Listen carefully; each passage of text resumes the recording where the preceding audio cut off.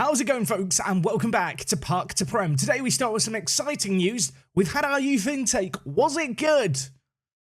No. No. Lucas, you should be one of the best head of youth developments in the world. We have some of the best youth facilities, and this is what you give me. Yeah, we're not going to dwell on this today. Let's get into the matches.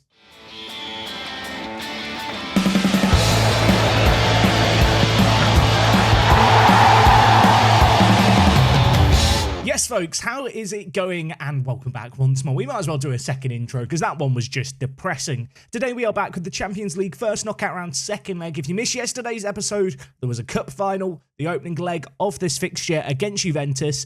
And when I left things, we were going to come back and also do a game against Manchester United. But, well, just a little bit of advice really for any aspiring content creators out there. Never plan anything at the end of a season, because fixtures get moved around all the time. We weren't going to take on Manchester United because of the FA Cup run. That game has been moved out. Rather than do the FA Cup, though, we're instead going to come back for the game against Everton, unless we beat Juventus and then the Champions League next round gets put before the Everton game, in which case I don't know what we're going to do. I feel like there's only so much you can account for at this point in the season. Stuff just moves around all the time, doesn't it? And really, we shouldn't even dare to talk about the next round of the Champions League, because after the first leg, I mean, look, we finished 1-1.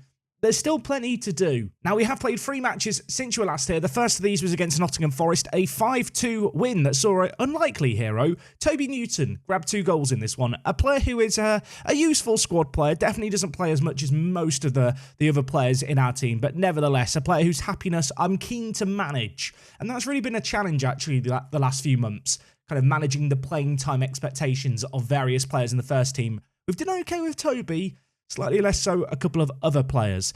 In our next game, we actually lost against Southampton. We were winning this game at half-time. It was great. Heinz Winter had got the goal, put us ahead, and then we just forgot how to play football in the second half. It wasn't even like the goals came massively against a run of play. I mean, you can see here, they got into the game with one really good opportunity, and to be fair, Southampton didn't have a load of chances.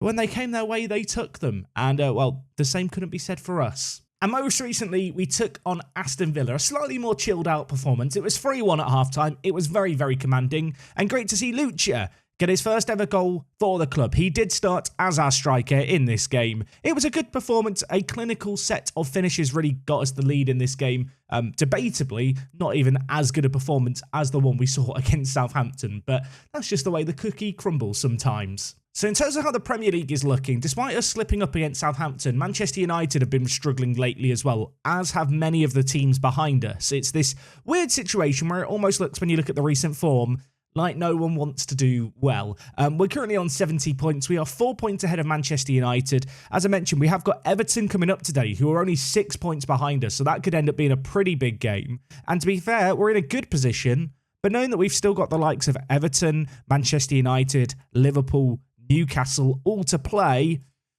it's not over yet, put it that way. Now, I mentioned 2 players being particularly unhappy at the moment with their first team football. They both play similar positions, and they're both players who have played over 20 games as a starter this year. So I feel like I've almost been done a little hard done by the fact that they both find themselves unhappy and trying to force moves out the club for various reasons. The first one, Martins, I can kind of forgive him. We didn't register him for the Champions League. I just physically couldn't, because we don't have homegrown at club players. The number of players I can register is scaled back to just 22, which is actually a really small squad for the Champions League and does cause some issues, and he's not really been happy since that announcement. What I will say is, I've been trying to give him some regular first team football. I find often when young players get unhappy that have long contracts, you can kind of just convince them to come around and, you know, not be so angry. So I'm hoping we still have time with Hamans. The other player who's been unhappy is Heinz Winter. Feels that he has to leave the club because he's unlikely to break into the first team anytime soon.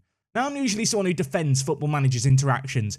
This is a load of crap. I'm just going to say it as it is. He's played 25 games as a starter this year. How can he be concerned he's not breaking into the first team this season? He's played a lot of football, 25 games as a starter, 10 as a sub as well. He's played a lot, he's developed well. He's not even performed particularly impressively on the pitch, but I've just kind of stuck with him because he's a young player who I have lots of hope for the future. Now, like Mons, the good news for us is that his current wages and his current salary and his kind of time left on his deal means I don't have to worry about things too much. We can kind of just keep him here against his will. But it does impact his performances. And it is just a bit annoying. I mean, when you look across the team, yes, he's not in kind of the top 11 players for most starts this year, but he's very, very high up there. So the very notion that he's concerned he's not going to break into the first team anytime soon just seems like a load of rubbish. I mean, it's something that I really pride myself on, is my ability to rotate the team and give everyone chances this year. It's kind of bizarre when we highlight all of these players who have played at least 15 games this year, just how many players that applies to. In fact, one of the players with the fewest appearances this year is Zandbergen. Of course, that's just because he's been injured a load. To be fair, Zandbergen's been absolutely immense. He's kind of a bit of a weird case. Obviously, with all the injuries, he's not played a lot. I'd love to have him playing more. I guess he deserves a lot of credit because when he's fit, he plays amazingly. You have to question, would he be competing with Jadon Sancho for assists in the league this year if he wasn't injured? I mean, he's got the highest average rating. Marcus Tulio is also up there. And in fact, if we look at the average ratings across the board, it's not quite a clean sweep of Crystal Palace players, but there are a lot of our players on this list. But anyway, that's a little bit of a team update. We have got a game against Juventus to get our teeth into. Let's see how we're going to get on to the Champions League. It's a big game for us in the context of our season. We drew the first leg 1-1. This is the team I'm going for into the second leg. In terms of team news, Collins is still out injured, unfortunately. Not willing to risk him. Elsewhere, Vassilo is also injured and also suspended. So double the reason he's not available. That does mean that McIntosh is going to come in at centre-back alongside Tulio. Besides that, though, it's pretty much a full strength 11. The only other change really that I've made is to drop De Silva. He's had a bit of a rough run of form as of late, a 6.72 rating you can see there. Not particularly impressive. He has also had some discipline issues. As a result of that, I am going to bring Horniak into the team today. This man has really kicked on lately. I mean, you can see here he has gone on a little bit of a run in the first team, kind of in the last 6 or 7 games, and he's played really, really well in them. And he's kind of earned my trust. He was slow starting last year. This year, he's been different gravy. Hopefully, he's going to be the kind of player who can make a difference in a big game like this one today. So plenty to do here after the first leg, but at home, we've been in this position before. I feel like had this been last year, I'd be more nervous than I am. And maybe it's a degree of complacency slipping into my game here, but I just feel like with our quality, with our experience in this kind of game at home, we really should be winning fairly handsomely. Okay, first highlight of the game. 15 minutes into this match, and we are in possession. Chiric down the far side, using his pace inside to Horniak. Carlier, Gurajaga, lovely build-up play, but the finish goes just wide of the post. I say that, there might be another chance straight away. Can we make something happen? The goal kick is launched forward. We win the header initially. Great header by McIntosh. Now back with Tulio. Back to McIntosh. Really cool to see, by the way, McIntosh and Tulio playing together at this kind of level. 2 players who we signed back when we were in the Championship, so to see them still going strong together is just cool. And while Zandbergen's played in, looks to pull it back, it's blocked away. Of course, in the first leg, we dominated the game. We should have scored a few, and we didn't take our chances. And then you might remember there was the very, very late equaliser for Juventus. We've got to be wary of that kind of thing happening again today. I want us to take our chances. We need, I think that the word of the day actually is ruthlessness. We need to really go for them here. Show them no mercy, and we'll just try and take every opportunity that comes our way. And speaking of opportunities, this is a golden one, and it is going to be taken. Andreas Carlier, a man who's now been at the club, I believe, 2.5 years. And yes, this year he's not wowed me. This year, I think I've been quite critical of him. I've dropped him more games than ever before. I feel like there was a point in last year where he was kind of untouchable. This year, he's not been the same. A bit like Juan Pablo da Silva, to be fair. But that, in a high-pressure situation, in a high-pressure environment, was a pretty good finish. Juventus in possession here with Hubnik. We're pressing high up the pitch, and Gurajaga is going to steal it away. There's a couple of players in the middle queuing up. Goes all the way back to Chiric. Back now with Fontana to Chiric. The little 1-2 down the line. Fontana, again, these 2 players linking up nicely. Fontana, back post. Zandbergen hits it on the volley. Zandbergen's got a knock, by the way. I'm going to have to take him off. I hope he was onside here. If he was, it was a really, really nicely worked goal. That finish was not an easy technique either, because that was a cross that kind of went over everyone, went over the defender. There was a bit of anticipation needed by Zandbergen. It is going to count. It's his 8th goal of the year. Fontana with the assist. And I tell you what, in that situation, you see so many players fluff up that kind of opportunity. That was a really good finish. Zambergen has picked up an injury here. I am going to have to change things around. I'm going to move Gurajaga out wide, and then up top, I'm going to bring in Middleby. I feel like Middleby was a bit of a super sub for us last year, and he started the season really well, and then he had a couple of injuries. This year, I've just kind of given him slightly less game time, I suppose, but I trust him. I think in this kind of game, he can come on and hopefully do well. Still searching for his first goal in the Champions League this year. Has started 3 games and come on off the bench twice already. He was kind of Mr. Champions League last season, so hopefully he can, well, be back at his best today. And well, we might have an opportunity here. Oh my word, Horniak nearly scoring from range. Great save by the keeper to turn it round the post. Goal kick, launch forward. Para wins it initially, but we win the second ball, and we're winning those a lot and then bringing it forward. Juventus playing such a high line. We've punished them early on in this game. Could we punish them again? Fontana in possession, playing that quarterback role to George. Dispossessed though. Now Lister in possession, but we're not going to let Juventus have any time to breathe. We are smothering their defence at every opportunity. They are really struggling to have a lot of the ball. And, well, we're doing a great job of winning it, as we are here, battling away Gurajaga, not once, but twice. Sanchez, Fontana, George, Horniak on the overlap. Could go back to Chiric, he does. Ball could be put into the middle, it is. Floated back post, Carlier finishes it. We scored some fantastic goals yesterday. That is another one for the highlight reel to end the year. I know it's a header at the back post in the end, but the actual build-up play was absolutely phenomenal.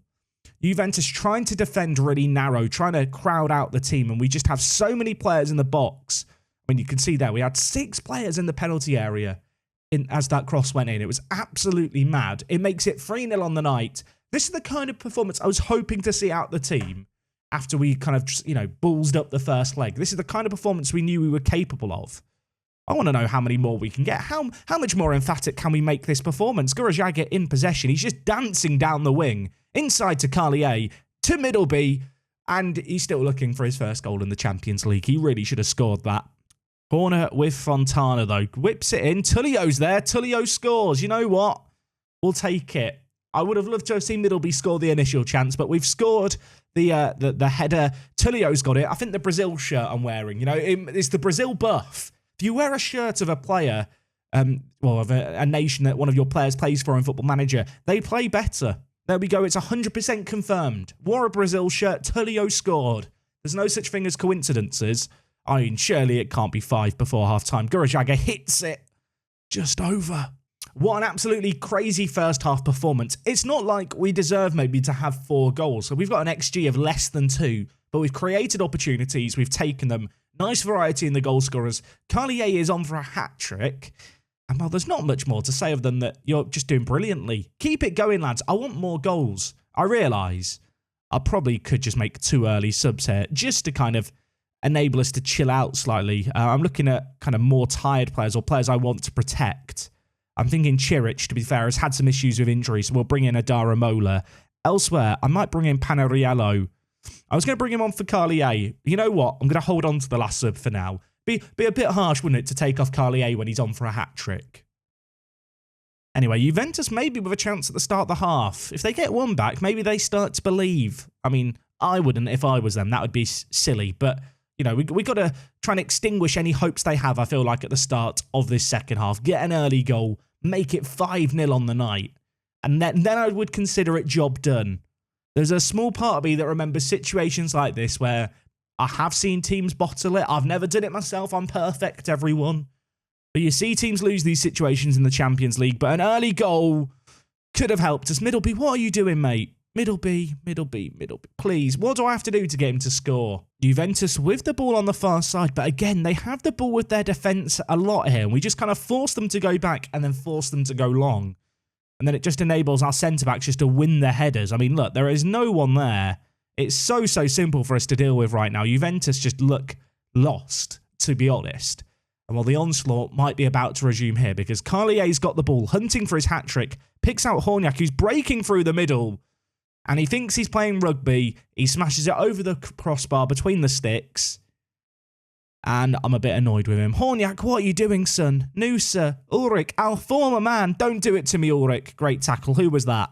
Who was it? It was Fontana. Okay, McIntosh is looking tired. I'm going to bring in Talha for the last 15 minutes here. We've definitely slowed things down in the second half, but I'm kind of okay with that, to be honest. there's a small part of me that feels like maybe I should have changed my own instructions just to tell the players to press a little less, to chill out a little more. But at the same time, when you're playing as well as we are right now, you don't really want to change things, do you? You want to just keep the dominance going. You want to get more. I felt like at half-time at 4-0 up, 8-0 was on the cards. Now, maybe I was getting slightly carried away.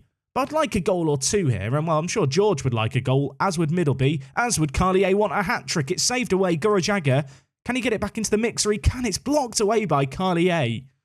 The Juventus player's desperate not to let Carlier get his hat-trick, and I'm not happy about it. Free kick here for Gurajaga, just outside the box. It's going to be a difficult one to score, but if there's a man to score it, it's this man. He hits the crossbar, and then George has missed an open goal.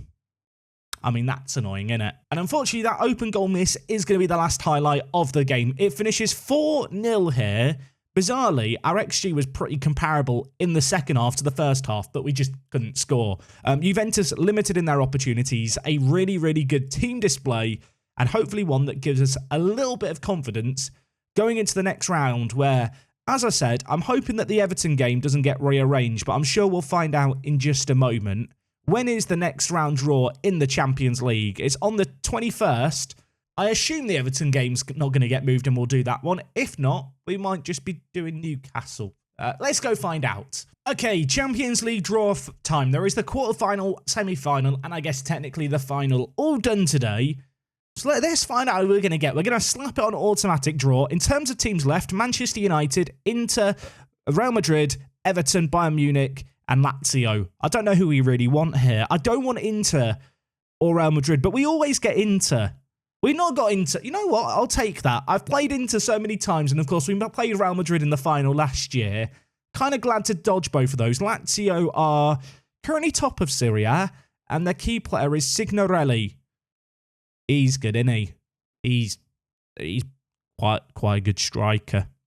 I think this Lazio team might be quite good, actually. They've also got Jose Alberto Nunes. Now, he is slightly injury-prone, kind of secretly hoping he gets injured before our next game. We have also now got the semi-finals. I guess we'll do the semi-final as well. Who do I want here? I don't want Inter or Real Madrid. I've not got Inter or Real Madrid. We are going to take on Everton or Bayern Munich, which has a bit of narrative to it because, of course, we signed Lucia from Bayern Munich. And in terms of Everton, they knocked us out of the Conference League a few years ago. You might remember that? First year in Europe and we got knocked out by Everton in the knockouts. I kind of want revenge for that. Although I have now just realised we're going to be playing Everton a lot in the next few episodes, I think. I say all of that, assuming that we're actually going to get to the games against Everton. We've got to get through Lazio first. That will be coming your way tomorrow. We are going to go forward to the 5th of April. We're taking on Everton at home. Just as a little reminder, they are only 6 points behind us. We still have Manchester United and Liverpool to play. It's not an easy run-in for us at the end of the year. I don't think this is done just yet. We need to keep our heads, put in a professional performance, and hopefully come out on top. So I'll see you guys then. We've got to get through an international break too, so I'm going to go mash continue. Okay, folks, we are back. Game number 2. A little bit of news before we get into the game. You might have spotted it if you're really observant. Gurajaga signed a new contract very, very recently. It's an extension on his current one. Takes him all the way through to the end of the, as you can see here, the 2040 season. So a 4-year deal. Going to have him now until he's 30. £200,000 a week is a lot of money. And to be fair, over the course of this year, we've slowly been offering players more and more money. You know, wage demands of players naturally climb up. I think we've done a relatively good job of kind of getting people on good deals, which they're happy with. I mean, if we look at our actual wage spend now, it's now at 5.2 million. I think we are now the team on the biggest wages, and simply because of the success last year, because of players like Fontana coming in on big money, everyone else wants that little bit more. But we've got everyone happy when it comes to contracts. What I will say is, everyone here is unhappy with my treatment of Marms, to the point where I'm kind of scared I am going to have to actually register him for the Champions League. Apparently 24 players disagree with my handling of it. I mean, I just couldn't register him, is the simple answer. We don't have enough homegrown at club players. I know I bang on about this a lot, but you can see here, Adara Mola, currently the only player trained at club. That said, this summer, David Lind and Heinz Winter are going to be homegrown at club. So that's 2 more slots we have to register players, and that will make our job a little bit easier in that regard. Elsewhere, just a couple of little bits of extra news. Stephen Gold has signed a new deal with the club. His contract was expiring he's agreed to sign for another 4 years. So we've got Stephen Gold till the end of time. Mission accomplished. And elsewhere, the top 50 wonder kids in the world were announced. Pabon, the best of our players, he ended up finishing 5th. He's, of course, on loan at Benfica. In fact, he finished 4th. I'm not doing him justice. Elsewhere, Stanic finished 10th. Suji finished 24th. And Boskurt finished 40th. So good to see us have a few players in there. The number 1 player, just for people wondering, is Pascual Cano, who I will scout. What I will say is, he doesn't look that amazing, or maybe I'm just harshly reviewing him. Maybe I'm just bitter that my players didn't win. Now, we are going to hit continue here just because Manchester United were playing before us.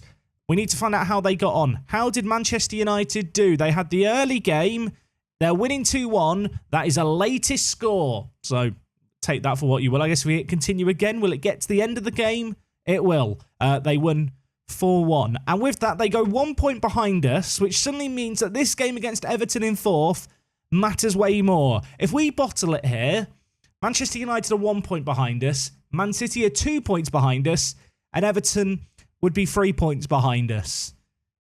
I'm kind of nervous for this all of a sudden. Now, in terms of our team for this Everton game, we are missing a couple of players who, whilst maybe they wouldn't start, they would certainly be useful to have as kind of plan Bs in this kind of game. Middle B is out injured. David Lind is suspended. Vassilo is injured. Collins is injured. Toby Newton is carrying an injury, but I'm just going to stick him on the bench because he's the most fit of all the players we've got injured. And, well, this is the team that we are going to start for today's game. Sanchez at right back, Tullio and McIntosh at the back, Chiric out on the left. Chiric, by the way, has just signed an extended deal. It's a year extension. It's the exact same salary he was on before, of 300,000, but for whatever reason, he was kicking up a fuss about wanting a new deal. In the midfield, we've got Fontana, and I am going to go with Panariello today. You might have noticed, Fontana has really turned around his form. We've talked about this a lot in videos. People talking about Fontana's average rating, him not being noticeable. I talk about this a lot. Match ratings mean absolutely nothing in Football Manager. There's certain roles which are always overperforming match ratings. There are certain roles that underperform. And one of the roles that always underperforms is the roaming playmaker, which brings the question, Jack, how come he suddenly got all these green ratings of above a 7? How come his average rating for the last 5 games is a 7.6? I mean, this just really highlights why the average ratings mean absolutely nothing. I have simply put him on corners. That's all I've done. I've put him on corners, and because every completed corner that hits a player's head counts as a key pass, which in the match rating system adds to the match rating, even if he's not actually getting assists from the corner, just by putting in a ball that gets headed over, he gets a higher average rating. This is why match ratings really mean nothing. I can't stress this enough. I think some people look at them and really, put stock in them as to, is that actually how well a player's playing? Nothing is better than the eye test. Watch the matches on comprehensive. See what the player does. If they're doing what you want them to do and not misplacing stuff, then who cares if they're on a 6.9? I don't, at least. That's just how I play. In the final third, Gurajag is going to start up top. Zambergen on the right. De Silva recalled to the first team today alongside Carlier. And you know what? Let's submit this team. Let's get into this. This is big. We pulled away a bit at the top. I was feeling nice and relaxed a couple of episodes ago. Suddenly, this looks like a must-win game, and it's a must-win game. I'm hoping the players are going to do the job in. At home against Everton, it's not easy. This is the kind of game, though, that if you want to win the league, you do need to win. Zambergen, free kick. Go short to... Oh, my word. I mean, if that... that was a weird highlight. Short free kick taken to Sanchez. Shot from range, hits the post and goes wide. Okay, then. Free kick here for Everton. Whipped in by Shortire. Gill is there. It's blocked away. Great save by Beccioli in goal. I feel like I always just call the goalkeeper Leonardo because Beccioli, I always feel like I'm saying it incorrectly. Or maybe it's Beccioli. Who knows? Answers on a postcard. The worst thing is people have definitely told me how to say it in the comments and I've not remembered it, which probably makes it worse. Suddenly, we're 5 minutes away from half-time. Nothing is happening. They're playing a free at the back with wing-backs. They're playing very defensively, Everton, and they've kind of shut us down so far in this game. And in fact, they're suddenly the team on the attack. A goal before half-time to either side could be huge. Nice header by Sanchez back to the keeper there.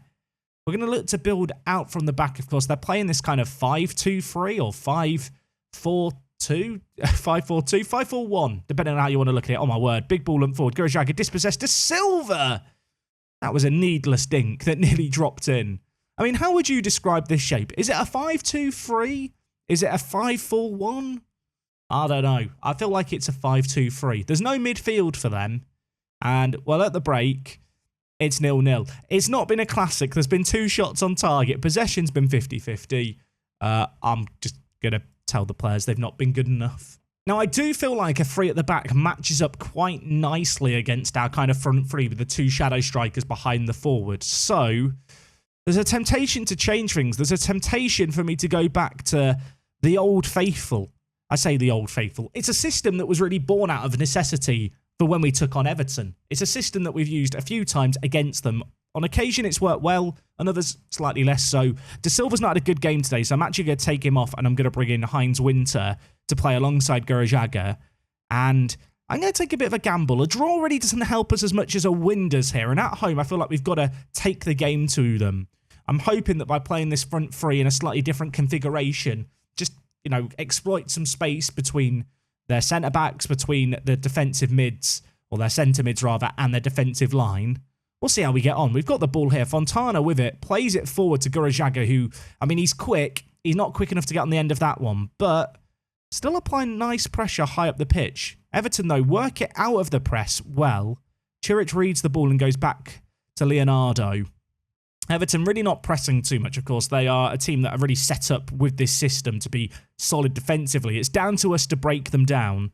We have created more in this second half already, but we need to find a breakthrough. And this does feel like the kind of game where there might not be a whole load of opportunities to score. So if we get a one-on-one, if we get a chance, we've got to take it. Chiric to Gurajaga, bearing down on goal. This could be the opportunity. It's saved away by the keeper heroically. It goes out for a corner, and well, just as I said about the fact we need to take any one-on-ones, that was maybe one there. It was a difficult angle. It was wide. We can't score from the corner either. 20 minutes left here. We've made 1 sub. I'm going to make another. Panariello not wowing me. We're bringing in George. Let's see what he can do. And now Tullio stepping out from defence and wearing the Brazil shirt. Surely that gives him a buff or something. Zambergen playing that deeper wide midfielder role. Turns his man. Can he get it into the middle? He can. Heinz Winter's there.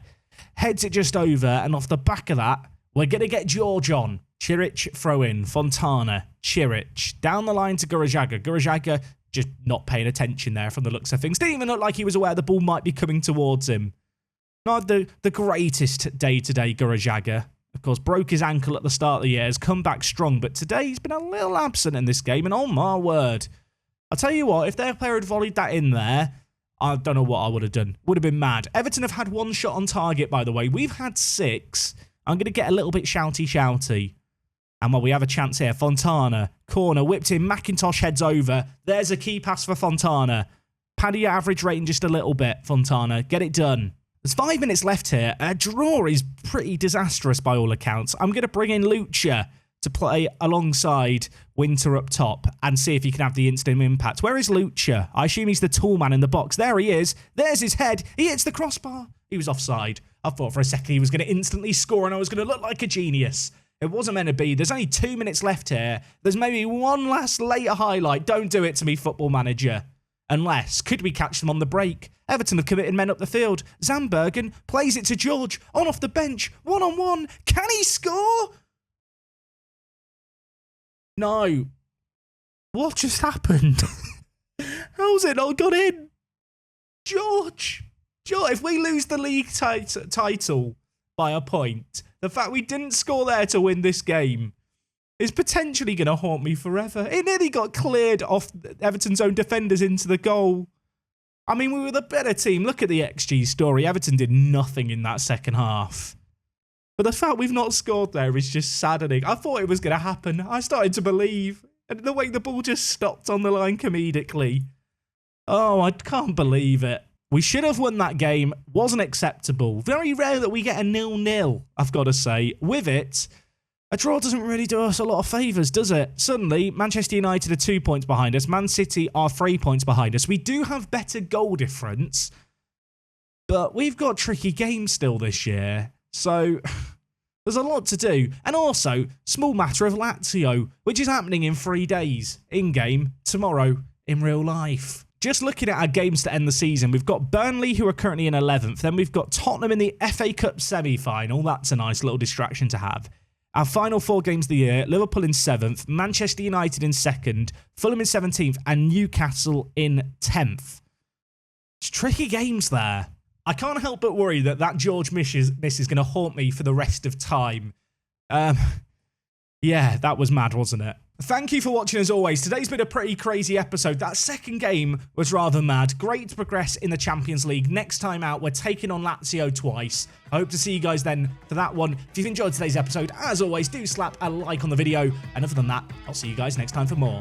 It's me, Jack, and I'll talk to you all in a bit. I'm out.